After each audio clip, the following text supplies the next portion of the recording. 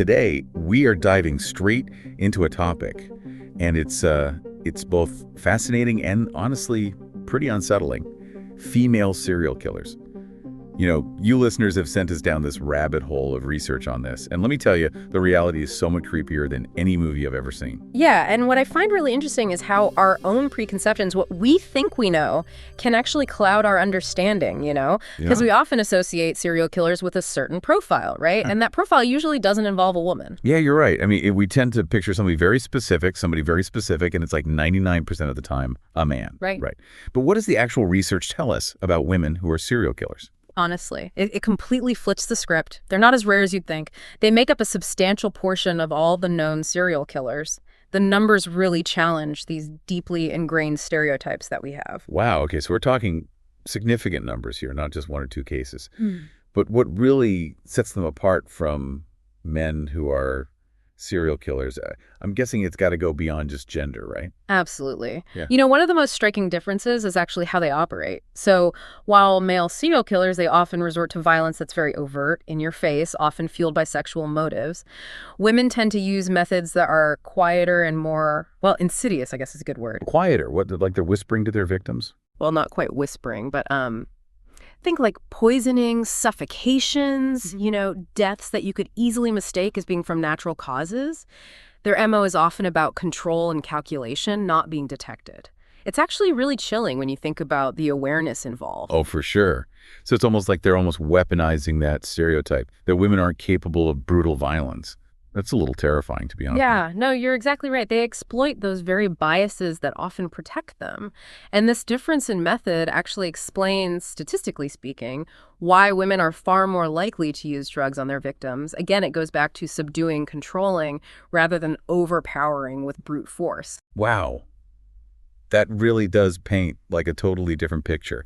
And it's almost more unsettling because it challenges our assumptions so fundamentally. So is it even possible to paint a picture of the stereotypical female serial killer? It's always kind of risky to generalize, but when you analyze a large enough sample size, certain patterns definitely do emerge. There are these threads that connect individuals, even when on the surface they seem totally different. Okay, I'm officially intrigued. What does this typical profile look like? Well, if we're talking statistically, she's probably white, middle class, and honestly might even remind you of someone you know. Maybe a nurse, a caregiver, someone in a position of trust. And here's the thing. Often they're caring for the very people they end up targeting. Whoa, hold on. It's giving major angel of death vibes already. That's seriously chilling. It really puts that monstrous image we usually imagine in a whole different light, doesn't it? But that's exactly why understanding these patterns, as uncomfortable as they are, is so important. Evil can wear a friendly face, and it can blend into, the background of just everyday life, Yeah. So we're talking about this very real potential for violence that's hidden in plain sight. And it's often directed at those who are the most vulnerable. Tell me more about their victims. Is there a pattern there as well? Yeah, and this is where it gets even more disturbing. Research actually shows that the victims are often people who are under their care. Yeah. Children, the elderly, the sick, people they already have access to, victims whose stories might not be easily believed, whose deaths might not raise red flags right away. Man, that's just heartbreaking. It makes you wonder, what is going on in their minds? What could drive someone to harm the most vulnerable people in their lives? Well, that's the million-dollar question, isn't it? And while every single case is unique, there are some threads, some common threads in their psychological profiles that we can try to unravel. Okay, so let's dive into that. What kind of psychological factors are we talking about? Well, we were talking about how control seems to be a big factor in their crimes. And it looks like that need for control, a lot of times it comes from a past that's had a lot of trauma and instability. A lot of these women had really rough experiences early on in life, like abuse or neglect, things like that. So these early experiences, these wounds, they really shape how these women see the world, how they connect with people. You got it. And while it's super important to remember that trauma doesn't predetermine anyone's path, these really difficult childhood experiences, they show up a lot in the stories of these women.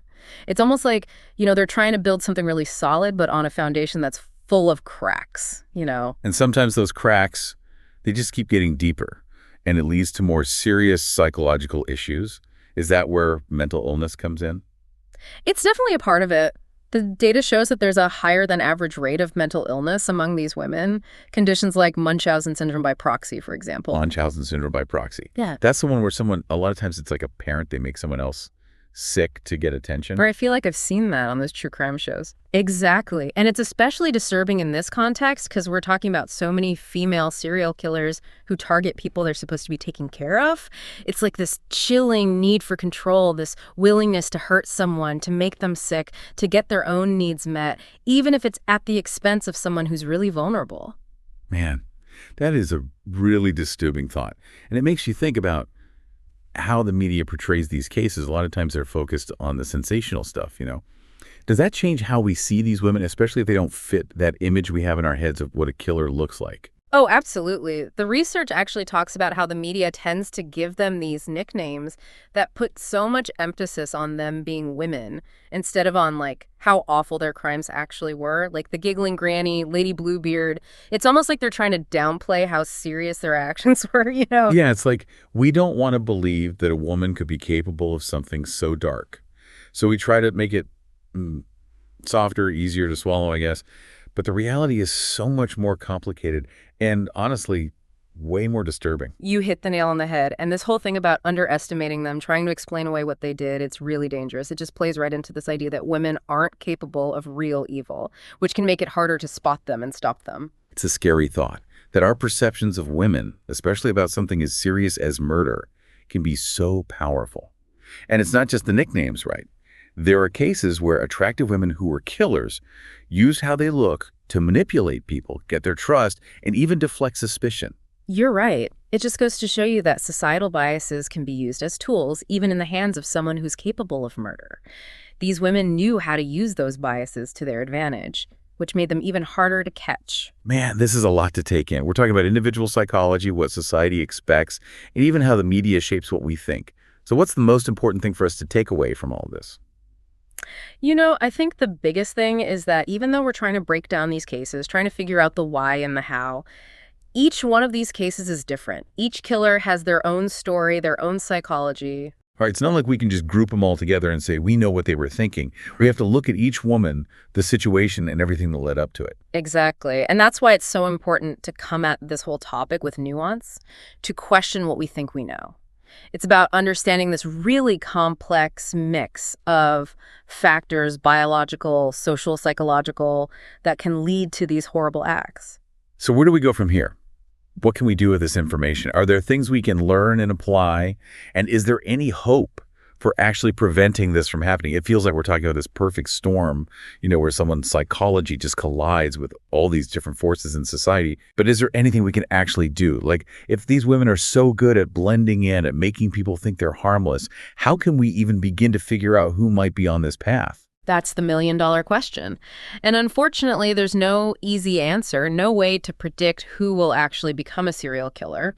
But all the research you shared, it does give us some valuable insights, potential ways to intervene, and hopefully, prevent some of these tragedies. Okay, give me some hope here. Where do we even start? We start by recognizing just how huge an impact early childhood trauma can have. And listen, it's not about excusing what they did at all. It's about understanding where it all began. We need to support families, especially families who are struggling, and step in early to help kids who might be at risk. So we're talking about like breaking the cycle, right? Making sure that those early traumas don't turn into something much, much darker. Exactly. We also have to be more open and honest about mental health, especially when it comes to women and violence. We have to stop the stigma, make it easier for people to get help without feeling ashamed. And we have to make sure everyone has access to quality mental health care, period. It's about seeing the warning signs, Yeah. right, in ourselves and in other people, and then knowing when and how to get help. Because ignoring it definitely won't make it go away. Couldn't agree more. And another thing, we also have to confront our own biases, those deep down assumptions we have about gender and violence, the ones that make it hard to see the reality of women who are serial killers. You're saying that we need to be more aware of how these stereotypes change how we react to things, like how they can make us doubt victims or not believe them, especially when the person who hurt them doesn't fit that typical image, right? Exactly. We have to be ready to believe victims, to trust our gut when something feels off. And that goes no matter the gender of the person who hurt them. We can't afford to be naive about this stuff. Absolutely. So as we wrap up this deep dive, what's the one thing you really want our listeners to take away from all of this? Knowledge is power. By understanding the realities of women who were serial killers, by challenging what we think we know, and by knowing what to look out for, we can actually make a difference. This is really just the beginning. It's up to all of us to keep asking those tough questions, keep learning, and never stop digging deeper into this really complex and unsettling topic. And on that note, we'll bring this deep dive to a close. Thanks for joining us as we dug into the chilling world of female serial killers. Remember, this is just the tip of the iceberg, and it's really up to you to keep exploring. Challenge what you think you know, and never stop being curious. Until next time.